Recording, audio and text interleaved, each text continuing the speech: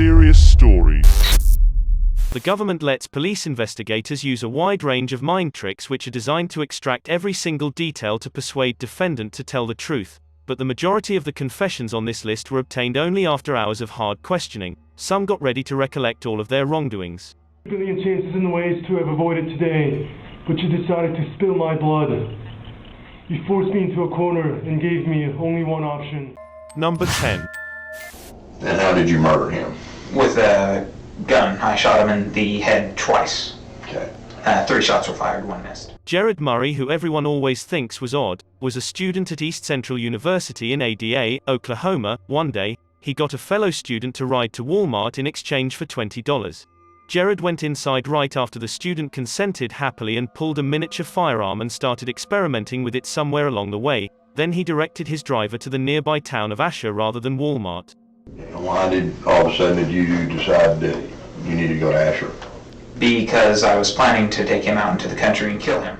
Throughout the long travel, Jared and his partner talked about life in general and a variety of philosophical topics, and he appeared to be interested in playing with the young man's thoughts the entire time. Jared unchambered his firearm and handed both the firearm and the clip to the driver to make him comfortable at that time, and Jared later pulled a second firearm from his pocket.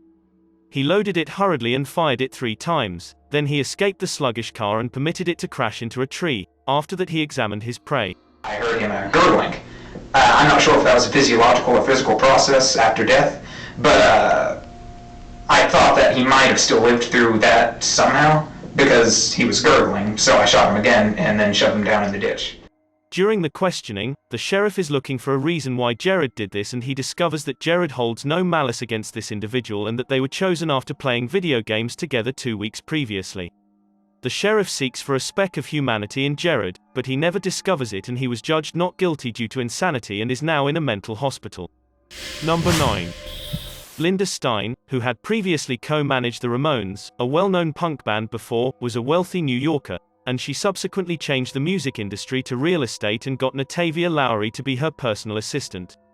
When Natavia stole roughly $30,000 from her boss, Linda came face to face with her about this, and things became more and more uncontrollable. Then Natavia took a large walking stick from Linda during the middle of the disagreement and, in her words, So I took it and it's like, I just hit her with it. Where on her body? Like, right here. And I did it, like, a couple more times.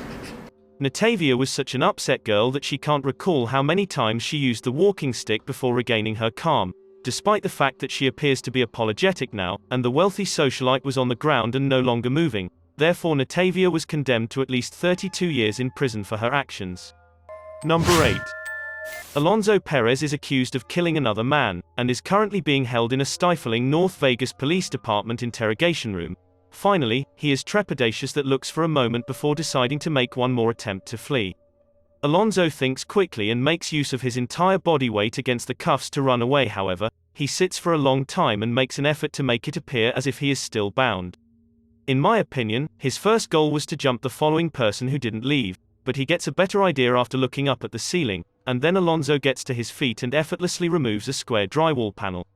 He has some insulation ripped up before traveling into the rafters. After that he miraculously dropped through the ceiling into an empty hallway and silently exited through the back door, and authorities apprehended him 4 days later and are now seeking the death penalty. Number 7. When 25-year-old John Paul Suleski decided to arbitrarily kill innocent jogging in Fort Smith, Arkansas, he was enraged with the world, and John recalls the jogger's initial reaction to what transpired when the cops asked for more information.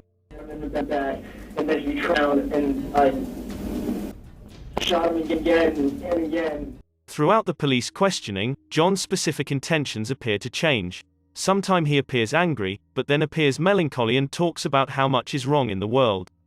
It appears that he believes that ending a person's life is hospitable because the world is horrible, and he was condemned to life in prison without the possibility of parole throughout this section of the interview. Number 6. Christian Romero, who was accused of murdering his father and another man in their Arizona apartment in 2008. Shot him twice, and after I shot him the one time he was still moving, so I think I shot him again. Was an 8-year-old boy, and in Arizona, anyone aged 8 and above can be legally impeached for a crime. Therefore, believe it or not, there was a grilling. Police could have Christian confess to pulling the trigger on the two grown-up people, yet his affirmation remains contentious owing to his young age, and it is said that the 8-year-old did not understand the interrogation and was merely coerced into saying what the cops wanted to hear. Christian was condemned to a ward and lived there until the age of 15, when he was placed in a raising home and permitted to go to public school. But I couldn't discover anything about the reason why he did this, so if anyone has any information about this intriguing case, please let me know what motivated Christian Romero to commit such a horrific deed on that day. Number 5. Checkingson Sinclair, who finds a text message from his wife's ex-boyfriend on her phone, is Florian. Then the two have a heated dispute, and Checkingson does the unimaginable. 1 hour later, he contacts the police and tells them exactly what he's done to his wife, who is in the bedroom. A murder has been committed. Oh, a murder has been committed? By who? By me, ma'am. By you? Yes, ma'am. I shot her in the head. The most disturbing thing is Checkingson's steady tone of speech, because when he confesses himself, he shows no emotion. As reported by Checkingson, his wife got hostile, and he did everything in order to prevent from her. 1 year later, he was found guilty of his actions, and his trial and sentencing began in February 2017, and I couldn't discover anything else, so perhaps the final sentence is still being argued in court. Number 4. Sung Hui Cho gabbed a spree at Virginia Tech on April 16, 2007, and killed 32 students, and he first came in West Ambler Johnston Hall at 7 a.m. and quickly took the lives of 2 students. The crazy student stole away and changed into clean clothing when emergency services and police arrived, and he stopped at the post office and mailed a package to NBC News. The video he sent just before returning to campus and killing over a dozen other innocent kids later that day. You had 100 billion chances in the ways to have avoided today, but you decided to spill my blood. You forced me into a corner and gave me only one option. I did it for them. I did it to make you stop what you did to me, to the future generations of the weak and the defenseless. As you know, his best effort to logically make clear himself results in a bizarre semi-religious diatribe that no one can entirely comprehend. Even his face is pointed with the camera squarely. He is unable to explain the reason why he did this, despite his frantic desire for the public to understand. Number 3. Daniel Wozniak is almost having a difficulty in saving money for his wedding, so he devises a twisted, sadistic, and strange solution that has Sam, his friend, assist in moving some things over to his apartment, but instead, he kills himself. Daniel says something to the police when he is apprehended a short time later. Crazy, and I did it. You did what? I told him that I needed to move some stuff from the theater. I said, you need to bend down and help me lift this thing up. And when he bent down, I grabbed the gun. And your motive behind killing Sam was? Money and insanity. Money and insanity. Okay. And using Sam's ATM card to withdraw his entire life savings to pay for Daniel's wedding is his intention. In a park near Daniel's house, Daniel gets shot of his companion, and then goes to Sam's place and calls Sam's girlfriend named Julie to invite her over. Julie discovers Daniel instead of her boyfriend waiting outside when arriving, and Daniel says he wants her to watch something essential and allows them to come in with Sam's keys. Yeah. Went back out into the hallway and then said, oh, by the way, did you see this in Sam's bed? And I said, lean over, look at it right there. When she was leaned over, I put 2 bullets in the back of her head. It is clear that Daniel was not in one's right mind at that time, but this is all that he was thinking, and he expected the police to not believe Sam had murdered Julie, and then fled, but the deceit does not go as intended, and he is immediately apprehended. It reached a point to where I couldn't even believe that I was doing this. I don't know. Number 2.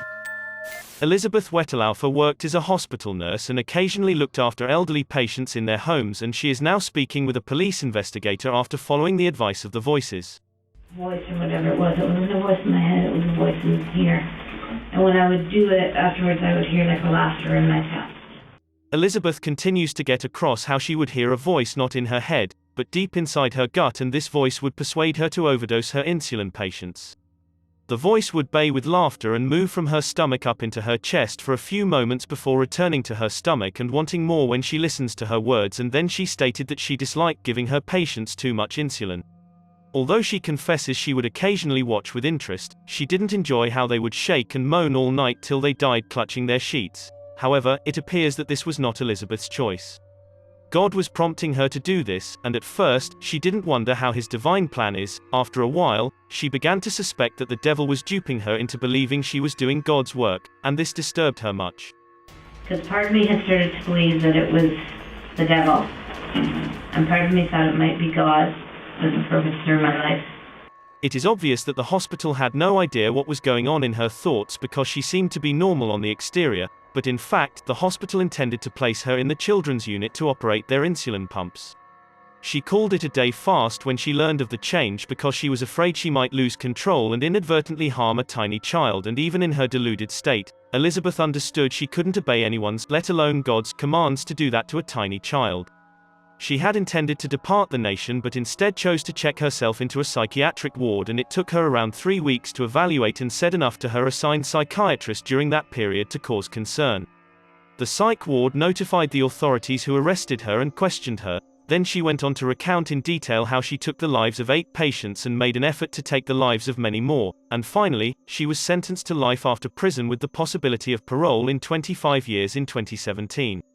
Number 1. Jerome Cancel, who was of no fixed abode, was 24 years old when observing Kevin Pravia, a Pace University student, that returning home from a bar one morning. Then Kevin got Jerome to sell him something, and Jerome agreed to accompany him to the apartment to see Saw. Jerome stole all of the student's possessions when he flaked out a short time later. Then he suddenly came up with a new idea. I grabbed a plastic bag and I put it in his mouth, and I held his nose with a pillow over his face, with my knee on him, and I finished strangulating him. The major reason why Jerome was doing that was lack of enthusiasm, because he displayed little remorse and even laughed in response to the court's imposed sentence of 25 years to life during his trial. Thanks for checking out this video. Be sure to subscribe because I upload a new video every day. Or if you're still not convinced, here are some of my other videos that I think you'd like. Enjoy.